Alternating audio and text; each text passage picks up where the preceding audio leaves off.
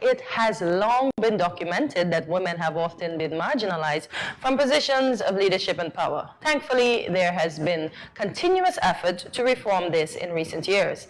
In our region, organizations like Caribbean Women in Leadership, CIWIL, have taken up this mantle and are committed to increasing the number of women in leadership and decision-making in political and civic life. To tell us more about CIWIL's efforts, we are pleased to be speaking with one of our own celebrities right here in St. Kitts, Miss Naeemah Hazelle, Chairperson of CIWIL. Good morning, Naeemah, and it's our pleasure to welcome you back. Oh, it's like I'm on a new play, like good morning.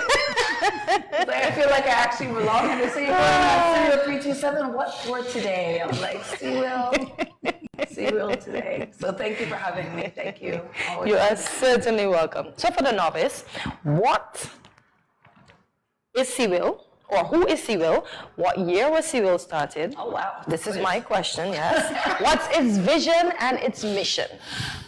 I want to tell you what year CIWIL started, but I don't even think I know that for sure. But I will answer your question. CIWIL is the Caribbean Institute for Women in Leadership. It was actually started under 3 women, Ambassador Naeemah Hazelle, Lady Anande, who I believe will be on your show next week for Caribbean Connections. Nice. She's still with the organization. And Sheila Williams out of Antigua, along with a few other women who felt like women needed more support and needed to be better advocates for each other in order for us to get more spaces at the table. And that organization started over 10, 15 years ago. I just happened to be in this influx. They revigorated it under new leadership, and Nene and Lady Anande will speak about that next week, Nane Besse, and we were able to become the first chapter of CIWIL. So St. Kitts Nevis is the first chapter from the regional organization. But we also have chapters in Belize, Trinidad, I can give you all of them, St. Lucia, and a few other islands as well. Okay, nice. All right, so one of your main objectives is transformational leadership. That's correct. Okay, what is transformational leadership? What does it look like? Oh, well, it's holistic, right? When we look at leadership, we think of leadership, sometimes we think only in decision, when we think of women in decision making, we think of politics, right? But in order for us to be leaders, we need to be transformational leaders. It's not about you just getting to the top, but how you are able to transform your life, your relationship with other women, your spaces, and also the landscape of leadership. So transformational leadership is like a holistic approach of leadership that brings women together, that we would work together to advance all women and to improve the overall landscape of political and civic life. And you're better able to do that by uniting? Of course, you know, nobody really says it out loud, but sometimes we're our own worst enemy, you know, sometimes we're working against each other. And we've discovered, and it's actually been a very successful model for us, if you can see through St. Kitts and Nevis alone, we've really exponentially grown, and a big part of that was us learning as women to work together. You know, often as women, we work against our own best interests, in the interest of our parties, or in the interest of our businesses or our bosses, but this is a bipartisan group. So it actually has membership from all the political groups. We have members from Labor, we have members from PLP, we have members from PAM, we have members from NRP, we have members from CCM, and we all get along just fine. And we work together towards our goals. But often what's happened in the past, and happens across the region and across the world, is that women are pushing a platform that is not necessarily serving their own interests. And because we're fighting against each other in the political realms, we're not looking at the ways that we're connected and that we could transform things together. So an organization like CIWIL looks at our connectivity, the things that we have in common, as opposed to our differences, and we work together to achieve those goals. Nice. So let's talk about the strategies that are used by the organization to create leadership position or to get women into leadership positions. Well, we do a lot of capacity building. So you would see in the last elections, CIWIL will offer training in areas. Being a woman in leadership is very different than being a man in leadership, because we have different pulls and factors that we have to consider as women. You know, people don't really think about the fact, like, so if a woman is running for government, who's watching her child? You know, when she's going to all these political meetings, who's managing the things that she would manage at home, plus her job. She's got all these other roles to play. The Mega says, it's time to go. We used to make a joke, actually, in the party. They'd say, oh, we have this meeting. And everybody's ready to go. We'll be here at 4 o'clock. We're like, well, what's going to happen to Minister? Well, that it was candidate Henderson. She's got to get ready. Like, she's the only female. She can't just come. She can't wash her face and come, you know? Yes. So there's a lot of, sometimes it's just those little minute details. So it's a lot of consideration. So we do a lot of work in capacity building, what to expect as a woman in this arena, how to still hold on to your womanhood in this arena and use that as an advantage, how you bring that to the space and make a space better. So CIWIL does a lot of work in capacity building. What we've discovered within our own organization locally is that we want to do some more work in healing and self-care. So we have up and coming for the 16 days of advocacy. They're going to say, well, where's CIWIL? We're actually doing a lot of internal work.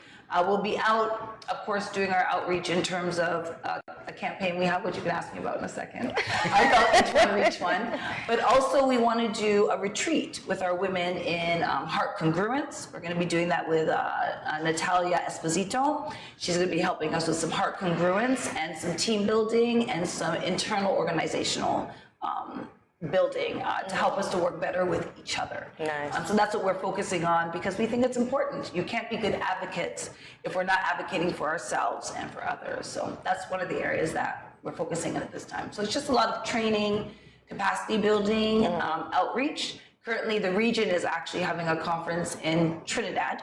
Oh, nice. Unfortunately, St. Kitts was not able to attend because they could not organize flights. You know, intercaribbean travel is quite challenging right now. So we've just been participating online. So these are the kinds of things that CIWIL does to strengthen us. We work with other women's organizations throughout the region. Something that you said earlier piqued my interest because when you spoke, you mentioned working, despite the differences that you have, looking for those points of connection. Yes. And I wanted to ask you, from your experience, not only with the St. Kitts chapter, but internationally as well, what are some of those points of connectivity? Well, to be honest, we need to get into the spaces. Women are very different, you know. We've almost been taught that there's one space, and we're all fighting for the one space. So you'll find in organizations that women are at each other, and you know, and it's not that. It's also the way we express ourselves. You know, when we feel about something, we will tell you. This is how we feel about it. It doesn't mean we're arguing. It just means this is what the issue is. I love that you understand that, by the way. What did you expect? It's an issue. So there's ways that we relate, that we have to connect with each other, and there's spaces that we need to get in, that we need each other to get into those spaces. You know? And often we are like crabs in a barrel, fighting each other down for this one space, but it's not the truth. So we have to really move away from that false idea that there's not enough spaces for us. And that I think the Prime Minister says if you're not at the table, you're on the table. You're on the menu. You're on the menu. You're at the table, you're on the menu, correct? So we have to always remember that as women, when we work together, there's room for all of us. So irrespective of our follow-up question to that is, do you think that fight comes because, as you said, there is the perception that there's a limited number of spaces, but also the women want to be the first, and perhaps the first woman in a certain position doesn't necessarily pave the way for other women? I would say we don't necessarily want to be the first, but what you're saying secondarily, yes. I think that often some women get into spaces and they don't pave the way for other women. And it comes from the first part, the idea that this woman got the space and there's no room. And also we get into spaces and we get into the idea that we have to behave like men in the spaces. But the reason that we're in the spaces is to bring that feminine energy into a space. It changes things, it looks at things from a different way. They like to say men see things in black and white and women see things in color. So we really bring color to every space. Indeed. So I see CIWIL is going to be working with the UN Secretariat during the 25 days of activism, 16 days of activism. 16 days. My bad. It just started on November the 25th. We always work with the UN Secretariat, and that's the training that they're doing right now. Okay, so can you tell us how will this be collaborated? Well, if we were there, it actually collaborates through our strategic plan throughout the year. So CIWIL itself has its own strategic plan, and each chapter then in turn has a strategic plan that falls in line with CIWIL's plan, but also has its own variances. Okay. So as I said, CIWIL has its own strategic plan for women's advocacy, and transformational leadership we'll come back on and talk about again. But then we are working internally on just building women and our own relationships with each other and growth in that way. But we always work with UN Women, and we also work with Parles America. They do a lot of funding for us, the group out of Canada. And so there's a lot of regional support. And they also provide us some funding for projects per quarter that we can use. I think we've used it for like t-shirt campaigns. We're going to use some for a transformational leadership workshop that we'll be doing at the end of January. So that's an important part of the strategy that's involved with that. So they'll be coming to the island. Oh, nice. Usually we bring women from the other neighboring islands like Montserrat, Antigua, etc. And they will also come and we'll do a transformational leadership workshop. And our first day and our second day, continued strategic planning. Okay. All right, each one reach one. So CIWIL wants to grow. We want to grow. We want more members. Yes. We're really proud of our membership so far. We've got one of our members, of course, is Dr. Joyelle Clark, Honorable Senator Dr. Joyelle Clark, the Minister of State. And of course, we have another Honorable Minister, Iselin Phillip, is a new member. So we've already reached a few. Then we also have we're doing some training, hopefully, for NEVIS with NRP's leader, Dr. Janice Daniel Hodge. And of course, in the previous elections, CIWIL did training work with Honorable Minister Marsha Henderson. Oh, nice. So we did some work with her as well that was very helpful to her team. So we have that as well. So we are always trying to expand our leadership. Now we're looking at NEVIS elections coming up. We've got 5 candidates for women.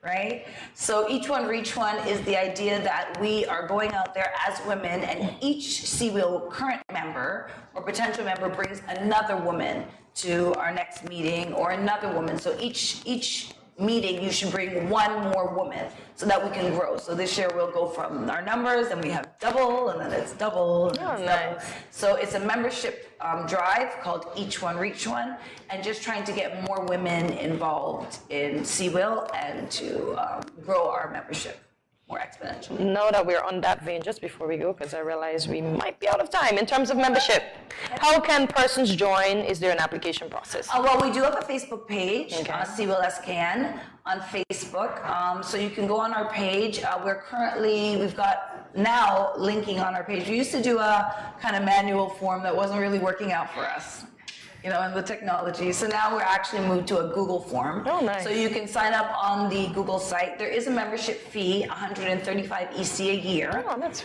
nothing. Yeah, no, easy. What's a thing? 135 US a year. And we will actually restart our membership fees from January, because we had a few blocks, so it's hard to collect all around the year. So when we do our transformational leadership, we'll start again fresh with new membership fees for those who are current members and those who are joining. So you could just go on our website and sign up, or any CIWIL members. Our board, which I didn't even say, sorry. I am the chair of CIWIL, and then our vice chair is Rillis Percival. And our secretary is Rhonda Nisbet Brown. Our treasurer is Seba Jones out of NEVIS. And then our public relations officer is Mervan Thompson. Okay, nice. So yeah, pretty diverse.